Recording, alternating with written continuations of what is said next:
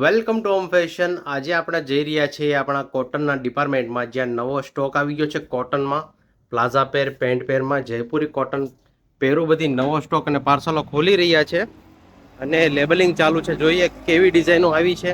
જે લોકોને રિક્વાયરમેન્ટ છે પેર લેવી છે કોટનમાં, જો આ બધો જ નવો સ્ટોક છે. જોઈ રહ્યા છો લેબલિંગ ચાલુ છે અને પાર્સલો અત્યારે ખુલી ગયા છે.